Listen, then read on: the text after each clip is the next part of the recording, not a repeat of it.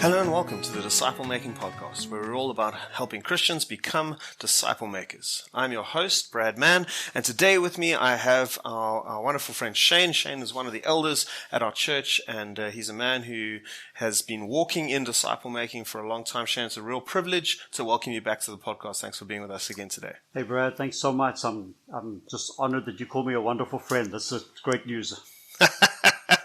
Having revelations here in our chat together. This is a good thing. We could build this relationship even stronger. Seems like a plan, eh? So today we're going to continue talking about equipping, the third stage along the disciple-making pathway, as we try and make our disciples to be more and more like Jesus. And we spoke last week about some of the theory of equipping and what that means. And fundamentally for us, when we speak about equipping, particularly when we speak on this podcast, we're not talking about courses that you can attend, although as we spoke last week, that can form a part of some of the equipping that we do. But really, we're talking about creating practical opportunity for ministry. We're talking about getting guys able to be involved, debriefing, working with them to give them the opportunity to grow in the giftings and the ministry that God has called them to. So I've asked Shane to join us this morning because Shane has been, as I said, someone who has lived this out for many years. And Shane, I'd just love you to share some of your experience and how this has looked for you and how you've sought to go about doing this in the lives of the guys that you've been discipling. Thanks so much, Brad. I love to be practical in disciple making. This is we very can true. spend so much time doing courses and seminars and conferences and so on, but being practical for me just makes a lot of sense. So taking the knowledge and whatever we've learned and then walking it out. Yeah. So I'm going to share, as you give me opportunity today, just a lot of practical thoughts, just things that I've done. But I really just want to put a disclaimer up front. This is not about me. Absolutely. This is just about having had the opportunities for ministry and had the opportunities to take people into a discipleship relationship and then coach them and train them and prepare them for ministry. So I'll talk about those things, but please don't think about this is all about Shane. Absolutely. This is about kingdom stuff. And Shane's going to share some of his stories, which is not the only way to do equipping. And let's just say that up front. These stories are just here to help us make practical and give us examples of what this can look like in your life as you do equipping with your disciples. Hey, Brad, that's quite funny because just before I came here this morning, I said to somebody, I'm coming to do a podcast with Brad. And he said, you're going to tell everybody how to do things exactly how you do things. And that's not what it's about. Absolutely not. So we have freedom to take and explore and to learn and grow and to use our own giftings and talents and our own understanding of how God's using us. Absolutely. So Shane, maybe you can share some of your background with us, where some of your discipling lands and how you've looked to work that out as you've done equipping with the guys you discipled. Yeah, so Brad, I love the whole thing of disciple making. I love the concept of taking what I know and transferring that. Releasing others to do what I can't do and to do what I can do, to do what I can do and to do it better. To do what I can't do and teach me how to do it. Absolutely. And so this is a whole kind of the way I see a discipleship relationship is it's a two-way street. We work together, we grow together. I'm learning so much from my disciples. In fact, sometimes my disciples challenge me on even spiritual matters. Yeah. And I love that. I love that I don't stand as this beacon of light and I'm the only one shining, but they're beacons of light as well. Absolutely. So they beam into me. And I learned so much from them. So it's really cool. And just one of the things that I really appreciate about disciple making is taking the experiences that you have and transferring it as quickly as possible to others. Right. And training them and equipping them to do what you do. And I was reminded of a story of a surgeon who was about to head into some major surgery, had some new students standing around him, medical students. And he said to them, watch carefully because this is the only time I'm going to do this for you. I will demonstrate. Next time, one of you will be doing it. Sure. And their comment to him was, but that's ridiculous. How will we know what to do? He said, don't worry. I'll be here to watch you and to help you. And then the next time, you'll be doing it. And I'll just be watching. I won't be helping. Yeah.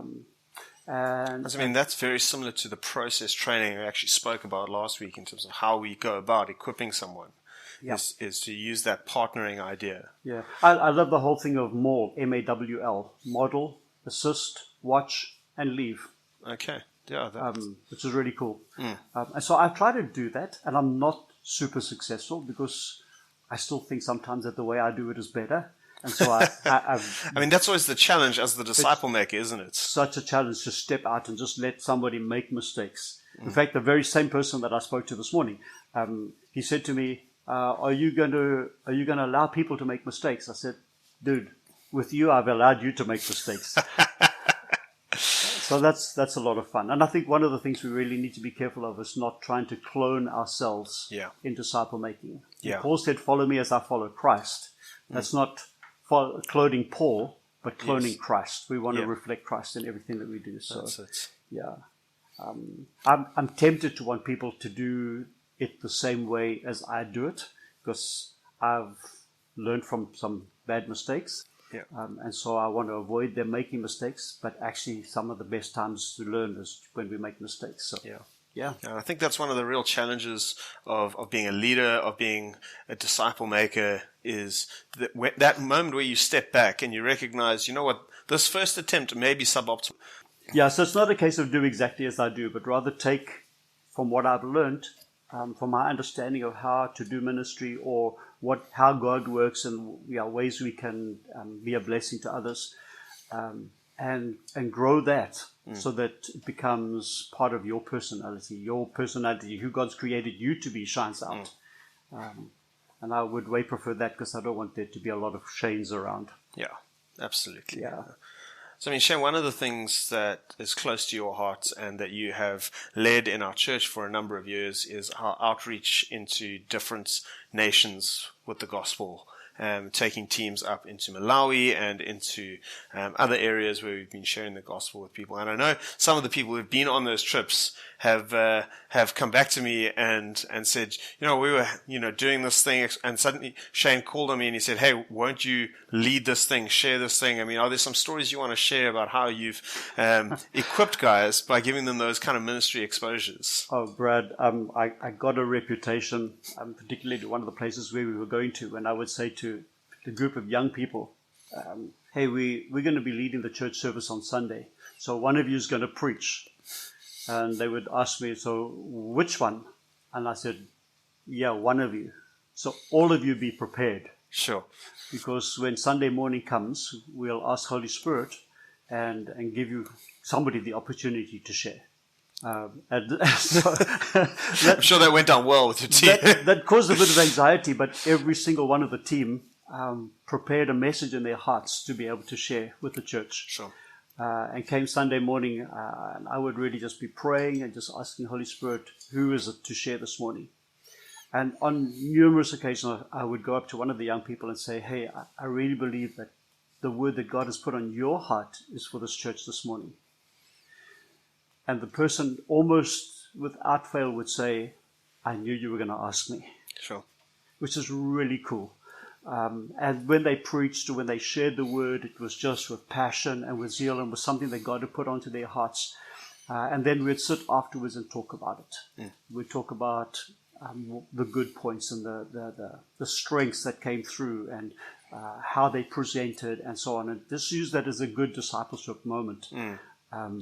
Learn from mistakes. Yeah. I didn't understand what you were saying when you did this or when you said that. And I think you could have pushed a little bit further on this. And it would have been good to have brought a different application, or a few applications rather than just the one that you brought. Yeah. What I really try to do, and I hope I'm successful in that, is just to affirm and to build and encourage before bringing correction or before bringing adjustment. So out of a solid base of affirmation and security, those young people were able to accept the criticism or just the observations that came out of that. Yeah. Constructive criticism. Constructive criticism, yeah. I mean, when I was at seminary, we did a 6-month course in homiletics, right, which is the seminary word for preaching. And we studied it for 6 months, and in the course of those 6 months, I think I had to preach twice, once at our little chapel that we had at seminary and once at our church. And I have to say that the 2 conversations I had with our senior pastor and our associate pastor after that preach at our church, I learned more about preaching in those feedback sessions and in having had the opportunity to actually do it, then I really learned in the 6-month course that we did on how to preach. That's so valuable, because it's practical. It's outworking stuff that you've learned, and with the opportunity to do that practically, getting constructive criticism, so valuable.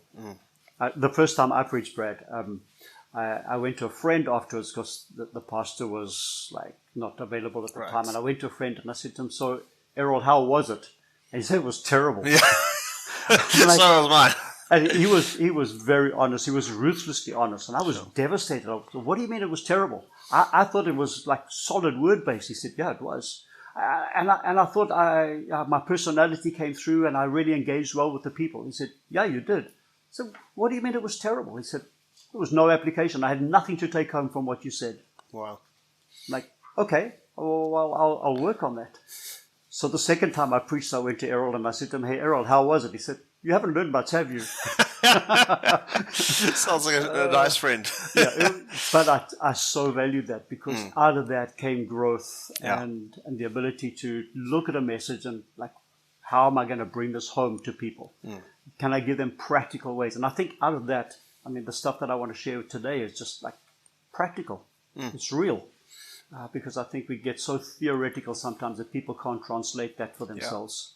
Awesome. Yeah. So, Shane, maybe let's give you an opportunity. What are some of those things you've learned by experience in terms of equipping people that you'd like to share with us?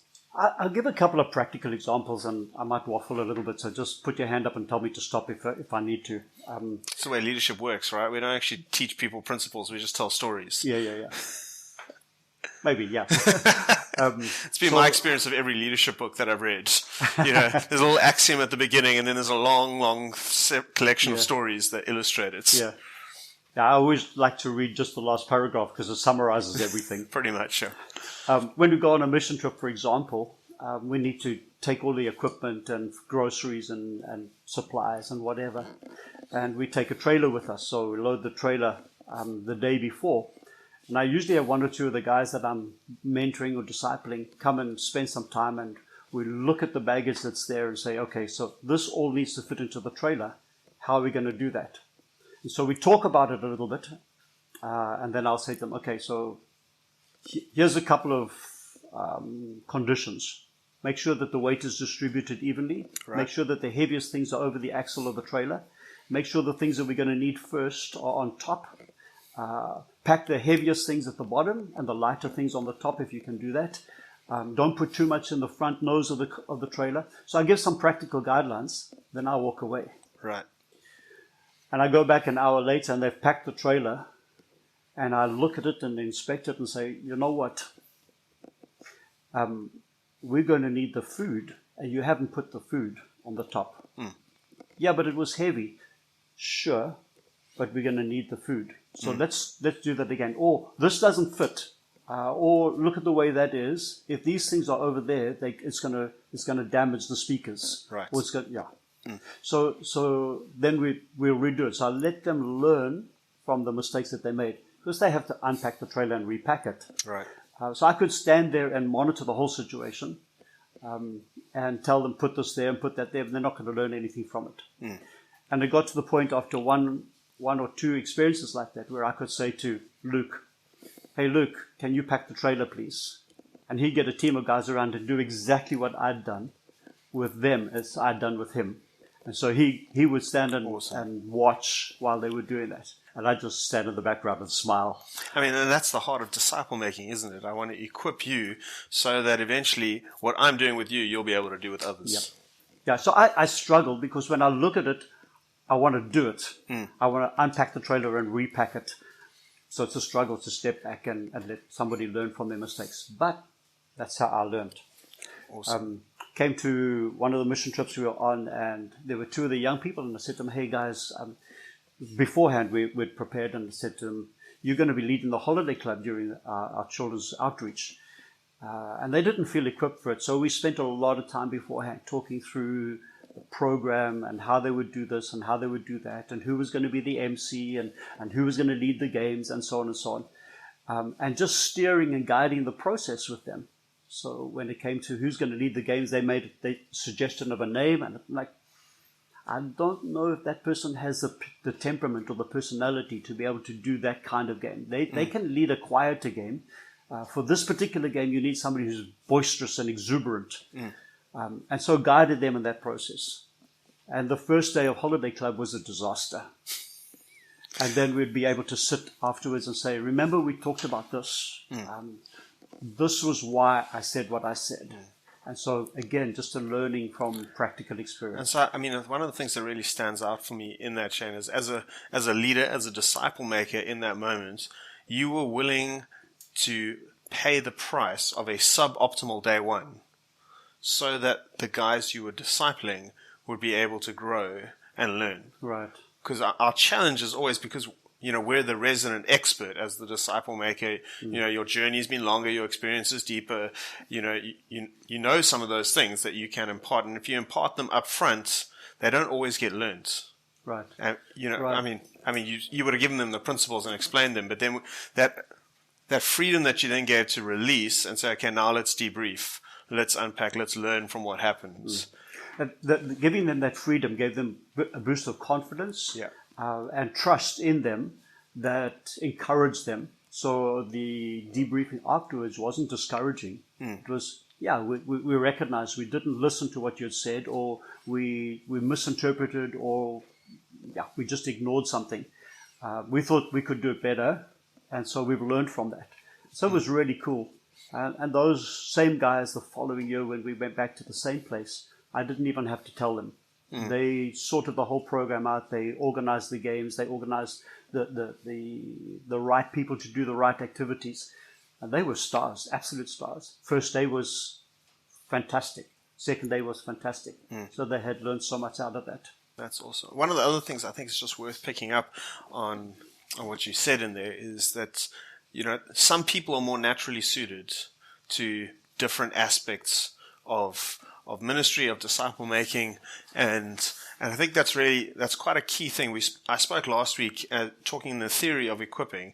As part of our equipping journey with someone is helping them discover the places that God has gifted them, and Right. And their own personal calling, as it were, before the Lord, and what gifts God has given them in order to be able to outwork that. And so even in doing that and in, offering that kind of wisdom, your temperament's maybe less suited to this activity, but more suited to this activity over here. Why don't you explore doing this? Maybe you've never done it before, but I have my sense is that this is something that might connect well with you. That's a really great role we can play as equipping in disciple making. Yeah. I read something just yesterday. All servants, all leaders should serve, but not all servants should lead. And I think that's recognizing our gifting, where we are talented, and what God's calling us specifically to do. Absolutely. Yeah. So there's some times when a particular person can lead really well in some aspect, but not in another aspect. And so just being able to discern that is really good. I'm terrible at admin. I love to see it done well, but I don't like to do it. Yeah. And so on one of the mission trips, I said to one of the guys that I know is an admin boffin, hey, we're going to need copies of all the documentation. We're going to need the vehicle papers. We're going to need this and this and this. Need indemnity forms from everybody. We're going to need power of attorney for everybody, and so on and so on. Can you handle it? And he handled it like a pro. He knew exactly what was required because I had clearly stated beforehand, and way better than what I could have done. So it came the next mission trip, and I said to him, hey, Luke, can you tell Nicole what needs to happen? And Luke instructed her. Again, it's that transference of skill sets. So Nicole did a superb job. So it was wonderful to be able to say, we need this document, and she would take a file, flip it open, pull the document out, and there it was. And so, and maybe just to clarify for our listeners, so the first time you delegated to Luke, right? And the second time you then asked Luke to delegate to Nicole. So I think that's really interesting because it wasn't just, okay, we discovered Luke is great at this, Luke, it's yours forever. But actually, Luke, who can you also be looking to raise up? What are you seeing in someone else that you can call out? So I think that's really good.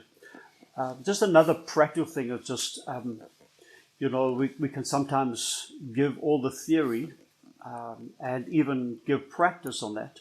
but things don't always go the way we planned.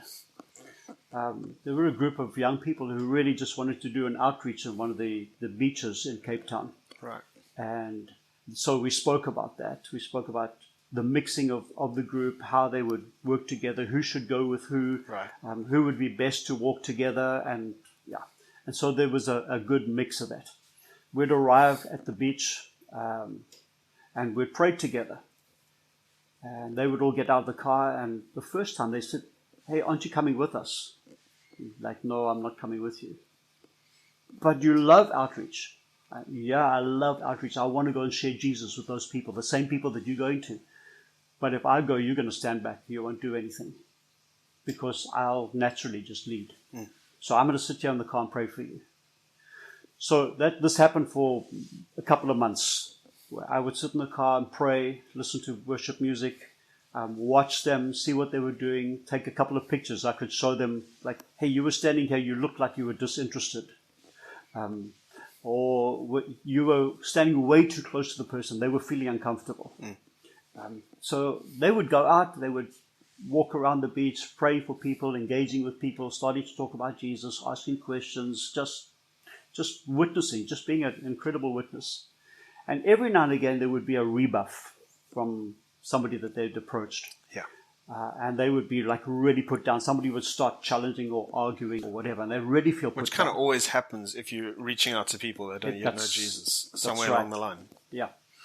And so they would come back to the car, explain the situation, we'd talk about it, a better approach that they could have had, or just some wisdom and some discernment as to what that person was possibly experiencing or feeling. How about trying this approach? And then we'd pray together, and they'd go off again. And so we'd do that 3 or 4 times during a couple of hours of being on the beach. And I just loved the experience that they were having that was regularly debriefed. Right. And they knew there was a prayer backing, and they had the freedom and the liberty to go and explore and to learn and to grow with God, guided in the process. And I think that's super practical. Yeah. I know if I'd gone out with them, I would have just dominated, and I wouldn't want to do that. And I mean, honestly, that's one of the things that we're often most scared. Our disciples are most scared for. Like, it's nice to operate under covering. Right. It's nice to. I'll come along, and especially for those with a slightly less outgoing personality, I'll just sit in the shadow, and I'll chip in and I'll help out, and you feel like you're growing, and you are, but the growth trajectory is so much slower than that space of, you know what I mean? We've talked about this, we've spoken about this, we've kind of prepared for this now. It's actually time to swim. Right. And don't worry, I'm here, I've got your back. I'm like the rescue craft that's driving alongside. Yeah. You know, nothing will go that badly that it'll be terrible. Yeah. But you can actually swim, and we want to do that. Yeah. If I can share another situation, we were in Malawi. I'm in a little village that was like almost 100% Muslim. There were a group of people that were gathered together under a very, very large tree, beautiful shade. It was scorching hot. It was midday. They were all sitting there. And I called one of the leaders, one of the young people that were on the team, and I said to them, "What are you discerning?" Like, "What do you mean?" Like, "Here's the crowd of people. What are you discerning? What do you think God is saying?" And so we spoke about it and felt like we had both heard that God was saying we should share the word with them, just straight up front. We wouldn't normally do that. It's a Muslim community. We didn't want to offend, but just to share the word. And so we did that. And it was the most amazing time of ministry. But I love the fact that with the challenge, he had discerned what God was saying.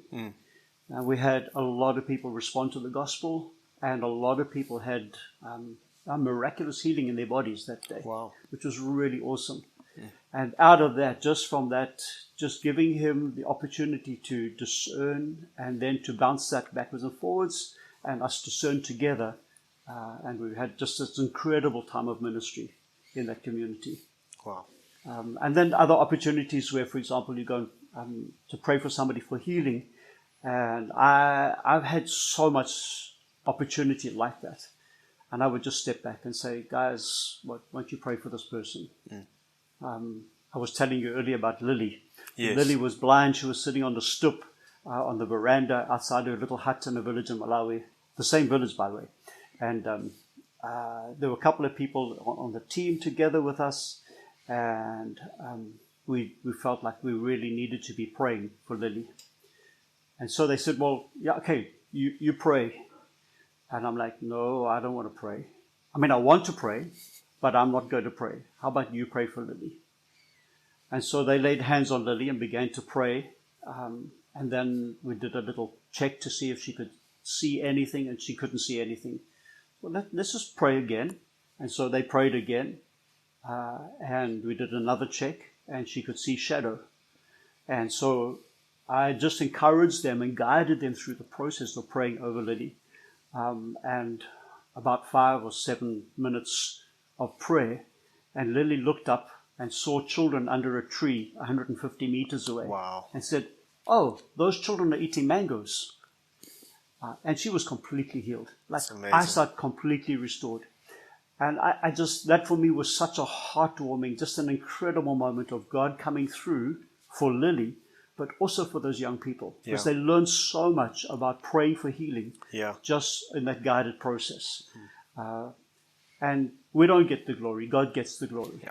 But it was an incredible learning opportunity. Absolutely. Sure. Shane, thank you. Those have been some really, really wonderful stories. Our time is running a little thin. So I don't know if you have one or two that you want to share more, or if you want to leave it Just there. one last thing. So, Brad, I think I mentioned before, we spent some time ministering in the Philippines. And I remember I was building into one of my leaders and just imparting to him. And we were sitting on a bus traveling to Manila one day. And he said to me, when are you leaving? And I said to him, why do you say that? He said, I know you've been preparing me. When are you leaving? Wow. And I think that's, if we could be doing that all the time in our disciple making, preparing to leave, preparing to leave, and them doing the same thing, that's a multiplication movement that takes place. And so Ernie's busy leading the church that we pioneered in the Philippines, and out of that have come other churches, and out of that have come other churches. So encouraging that he discerned even that there was a process that he was in. Yeah. Wonderful. That's what it's about. Yeah, and I think if there's one thing that I've really just seen in all of the stories as you've shared, that is you haven't done things alone. You've always, it's been this awareness that I want to be bringing others along. I want to be giving them opportunity. I want to be coaching them through that and encouraging them to do the same. And we've just seen that over and over again. And I think when it comes to equipping in disciple making, that really sits as the core. It's that willingness to say, who can I bring along into the space? Who do I see God's gifting and equipping in to grow in this place? How do I help them grow in this space? And how do I coach them through that? I read a beautiful quote that says, the greatest thing you can do is to leave a legacy that will outlast you. Wonderful. And it's not, if it's outlasting me in the lives of others, then that's what we want. Shane, thank you so much. Brad, it's been a pleasure. Yeah, always great. We could talk for hours. We have spoken for time long. We might do that when this is done. Yeah, that is quite possible, but it's been really wonderful. Thank you, Shane, so much for being a part of the podcast again. Listeners, I really hope that you have been blessed and have received wisdom that Shane has carried through his experiences. And we really trust that as you go on in your disciple-making relationships with others, that you will look to equip them to be able to do the ministry that God has called them to do. And if you would like help with that, we are always available. Please feel free to reach out. We'd love to talk. We'd love to walk with you. It's brad@connectchurch.org.za. Let us together go and be more like Jesus as he makes disciples of disciples. Amen. So, thank you Brad. so much for joining us. Thank you, Shane. It's been great have to a great have day. you. And you guys as well. Thank you, all of you who have joined us. And until next time, God bless and goodbye. Bye.